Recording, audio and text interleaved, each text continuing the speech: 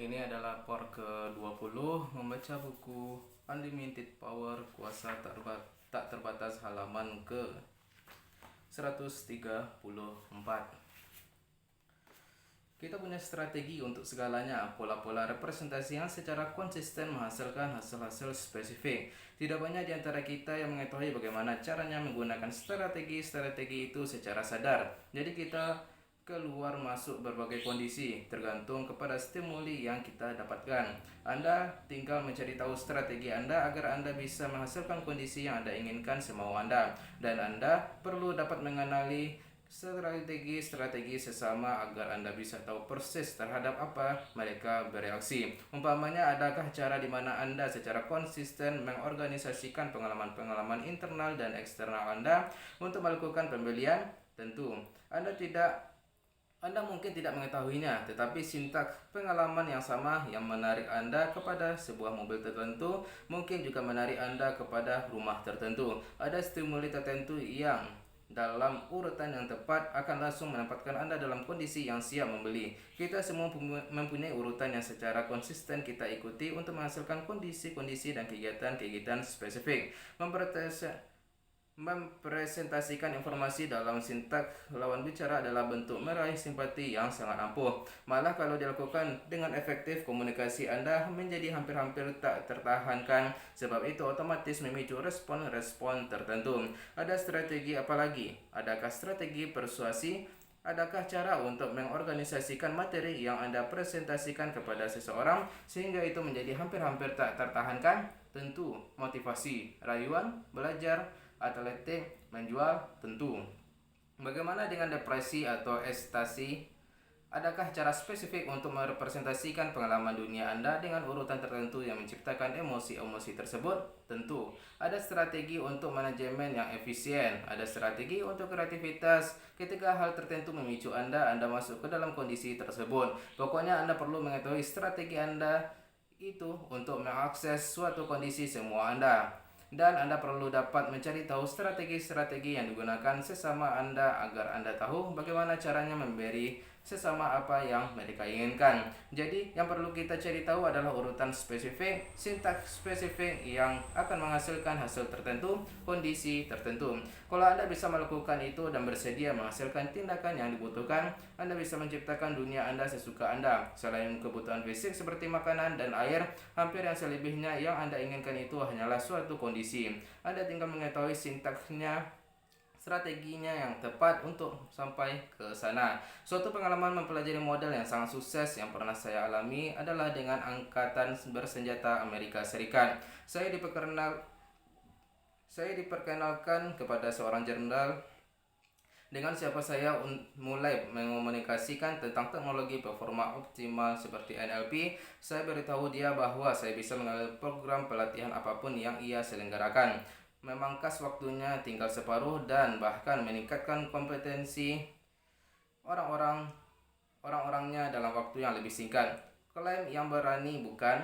Sang jenderal penasaran tetapi tidak yakin, maka saya pun disewa untuk mengajarkan keterampilan NLP. Setelah pelatihan NLP yang sukses, Angkatan Bersenjata memberi saya kontrak untuk mempelajari model program latihan dan sekaligus mempelajari sebuah kelompok orang-orangnya untuk mempelajari model dengan efektif. Saya akan dibayar hanya kalau saya menghasilkan hasil-hasil yang saya janjikan. Proyek pertama yang mereka minta saya garap adalah program 4 hari untuk mengajari orang-orang terpilih bagaimana caranya secara efektif dan akurat menembakkan sebuah pistol kaliber 45. Dulu rata-rata hanya 70% prajurit mengikuti program tersebut yang memenuhi syarat. Setelahnya, dan sang jenderal telah diberitahu bahwa itulah yang terbaik yang mungkin diharapkan. Saat itu saya mulai bertanya-tanya, apakah saya ini cari gara-gara? Belum pernah saya menembakkan pistol seumur hidup saya. Membayangkannya saja saya tidak suka. Pada mulanya John Kinder dan saya bermitra dalam proyek ini, maka saya rasa dengan latar belakangnya dalam menembak kami bisa melaksanakannya. Lalu karena berbagai alasan penjadwalan, John tiba-tiba saja mengundurkan diri. Nah, bisa Anda bayangkan apa yang terjadi kepada kondisi saya? Selain itu, saya telah mendengar kabar burung bahwa ada beberapa orang dalam kelompok pelatihan itu yang akan melakukan segalanya demi mensabotase karya saya karena mereka marah mengetahui jumlah upah yang dijanjikan kepada saya. Saya akan mereka berikan pelajaran. Tanpa latar belakang menembak, kehilangan kartu as John Grinder, dan mengetahui ada orang-orang yang mau membuat saya gagal, apa yang saya perbuat. Pertama-tama saya ambil bayangan raksasa berupa kegagalan yang telah saya ciptakan dalam pikiran saya itu dan secara harfiah menciutkannya. Lalu saya mulai menciptakan representasi baru tentang apa yang bisa saya perbuat. Saya ubah sistem kepercayaan saya dari yang terbaik saja dalam angkatan bersenjata yang sanggup melakukan apa yang diminta, apalagi aku, menjadi para pelatih menembak itu memang yang terbaik di bidang mereka, tetapi mereka kurang atau tidak tahu apa-apa tentang efek representasi internal terhadap performa atau bagaimana caranya mempelajari model strategi para penembak terbaik. Setelah menempatkan diri dalam kondisi sepenuhnya berakal budi, saya beritahu sang jenderal bahwa saya butuh akses terhadap penembak-penembak terbaiknya agar saya bisa mencari tahu apa spesifiknya yang mereka lakukan dalam benak mereka maupun tindakan fisik mereka yang menghasilkan hasil tembakan yang efektif dan akurat. Setelah saya temukan perbedaan yang menghasilkan perbedaan, saya bisa mengajarkannya kepada prajurit-prajurit sang jenderal dalam waktu lebih singkat dan menghasilkan hasil-hasil yang diinginkan. Bersamaan dengan tim saya mempelajari model, saya temukan kepercayaan-kepercayaan kunci yang dipunyai beberapa penembak terbaik di dunia, dan saya bandingkan itu dengan kepercayaan-kepercayaan para prajurit yang belum efektif dalam menembak. Berikutnya saya temukan kesamaan sintaks mental dan strategi di mana para penembak terbaik itu dan mereplikasikannya agar saya bisa mengajarkannya kepada penembak pemula. Sintaks ini adalah hasil dari ribuan, mungkin ratusan ribu tembakan dan perubahan-perubahan kecil dalam teknik mereka. Lalu saya pelajari model komponen-komponen kunci dari fisiologi mereka. Setelah menemukan strategi optimal untuk menghasilkan hasil yang disebut sebagai tembakan yang efektif, saya rancang suatu kursus 1,5 hari untuk menembak pemula. Hasilnya ketika diuji dalam waktu kurang dari 2 hari, 100% prajurit itu memenuhi syarat, dan jumlah yang memenuhi syarat pada tingkatan tertingginya yang pakar 3 kali lebih tinggi daripada setelah kursus 4 hari yang standar. Dengan mengajari para pemula itu bagaimana caranya menghasilkan sinyal-sinyal yang sama ke otak mereka seperti yang dilakukan para pakar, kami berhasil menjadikannya mereka pakar dalam waktu hanya separuhnya. Lalu saya ambil orang-orang yang telah saya pelajari modelnya para penembak top di negara ini dan saya ajari mereka bagaimana caranya meningkatkan strategi mereka. Hasilnya sejam kemudian yang seorang meraih skor lebih tinggi daripada yang telah diraihnya selama 6 bulan terakhir. Dan seseorang lagi, lebih tepatnya bidikannya daripada kompetisinya manapun yang diingatnya, dan sang pelatih menantang mereka berdua berkompetisi. Dalam komunikasinya dengan sang jenderal, sang kolonel menyebutnya terobosan pertama dalam sejarah penembak sejak Perang Dunia I. Intinya di sini agar Anda sadari bahwa ketika Anda mempunyai sedikit atau sama sekali tidak mempunyai informasi latar belakang, dan bahkan ketika keadaan tampaknya mustahil, kalau Anda mempunyai modal yang sangat baik tentang bagaimana caranya menghasilkan suatu hasil, Anda bisa menemukannya secara spesifik. Apa yang dilakukan model Anda itu dan menduplikasikannya, dan oleh karenanya menghasilkan hasil-hasil serupa dalam waktu yang jauh lebih singkat daripada yang Anda anggap mungkin. Strategi yang lebih sederhana adalah yang digunakan oleh banyak atlet untuk mempelajari model yang terbaik di bidang mereka. Seandainya Anda ingin mempelajari model seorang pakar ski, mungkin pertama-tama Anda mengamatinya dengan seksama untuk melihat apa tekniknya. V. Sementara Anda mengamati, mungkin Anda gerakan tubuh Anda dalam gerakan-gerakan yang sama. Q. Sehingga terasa menjadi bagian dari Anda. Q. Kalau Anda pernah menonton ski, mungkin Anda sudah melakukan ini tanpa sengaja. Ketika pemain ski yang Anda amati itu perlu berbelok, Anda ikut berbelok seolah-olah Anda yang sedang bermain ski. Berikutnya Anda perlu membuat gambaran internal tentang seorang pakar ski. V. Anda telah bergeser dari pengalaman visual eksternal ke kinestetik eksternal ke kinestetik internal. Kalau Anda buat gambaran internal visual yang baru, kali ini gambaran tentang diri sendiri bermain ski, di mana Anda belum mengasosiasikan diri. V itu visual. Itu akan seperti menonton film tentang diri sendiri, mempelajari modal sang bakar sepresisi mungkin. Berikutnya Anda masuk ke dalam gambaran tersebut dan mengasosiasikan diri, mengalami diri sendiri bagaimana rasanya melakukan tindakan yang sama persis seperti yang dilakukan sang ahli pakar Kim. Anda mengulanginya sesering yang Anda butuhkan untuk betul-betul merasa leluasa melakukannya. Demikianlah Anda telah memberi diri sendiri strategi neurologis spesifik yang bisa membantu Anda bergerak dan menghasilkan performa optimal, lalu Anda mencobanya di dunia nyata. Oke. Anda bisa memetakan sintaks strategi ini sebagai VKKVVKK. Inilah salah satu dari ratusan cara Anda bisa mempelajari modal seseorang. Ingatlah, ada banyak cara untuk menghasilkan hasil-hasil. Tidak ada cara yang benar atau yang salah. Yang ada hanyalah cara yang efektif atau tidak efektif untuk menghasilkan apa yang Anda inginkan. Jelas bahwa Anda bisa menghasilkan hasil-hasil yang lebih presisi dengan mempunyai informasi yang lebih akurat dan presisi tentang segala hal yang dilakukan seseorang untuk menghasilkan suatu hasil. Idealnya, dalam mempelajari model seseorang, Anda juga mempelajari model pengalaman internalnya, sistem kepercayaannya, dan sintaks elementalnya. Tetapi hanya dengan mengamati seseorang, Anda bisa banyak mempelajari model fisiologinya, dan fisiologi adalah faktor lain akan kita bicarakan dalam bab 9 yang menciptakan kondisi kita dan oleh karenanya juga hasil-hasil yang kita hasilkan.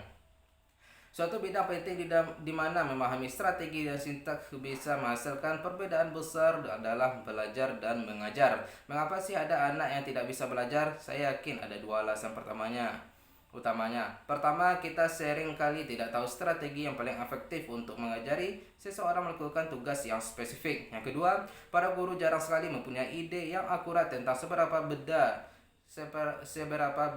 anak-anak itu belajar. Ingatlah, kita semua mempunyai strategi yang berbeda-beda. Kalau Anda tidak tahu strategi belajar seseorang, Anda akan kesulitan mengajarinya. Umpamanya ada orang yang payah sekali dalam mengeja. Apakah itu karena ia kalah intelijen dibandingkan yang hebat dalam mengeja? Bukan. Sukses mengeja mungkin lebih ada hubungannya dengan sintaks pikiran Anda, yaitu bagaimana Anda mengorganisasikannya, menyimpan dan melacak kembali informasi dalam konteks tertentu.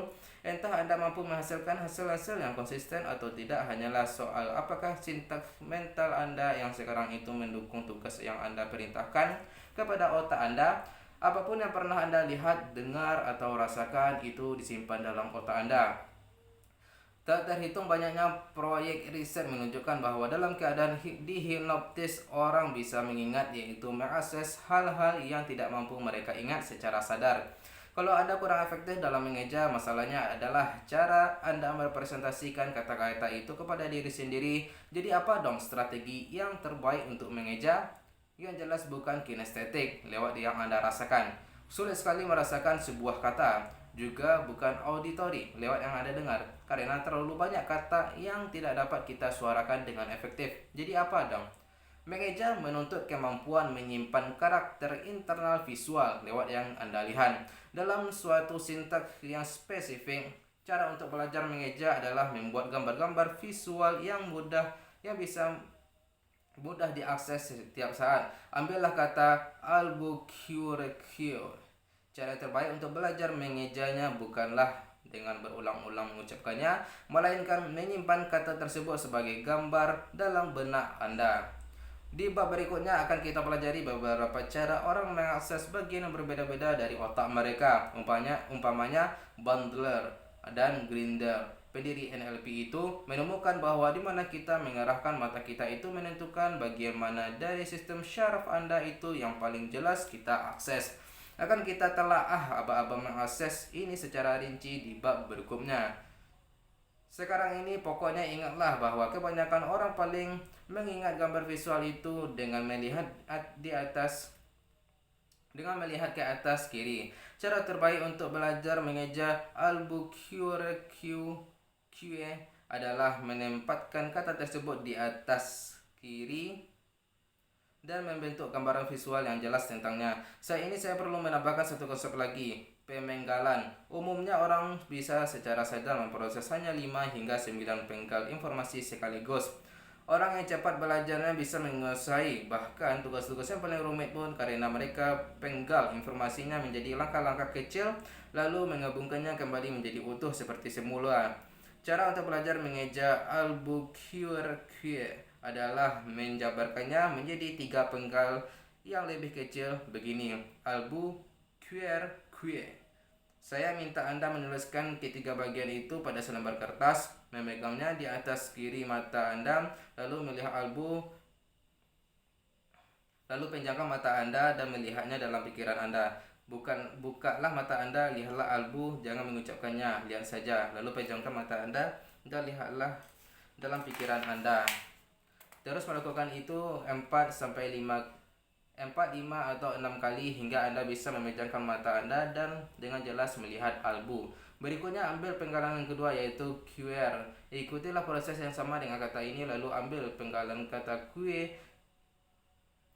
hingga keseluruhan gambar Albuquerque itu tersimpan dalam benak Anda. Kalau Anda mempunyai gambaran yang jelas, mungkin Anda akan merasakan kinestetik bahwa ejaannya benar.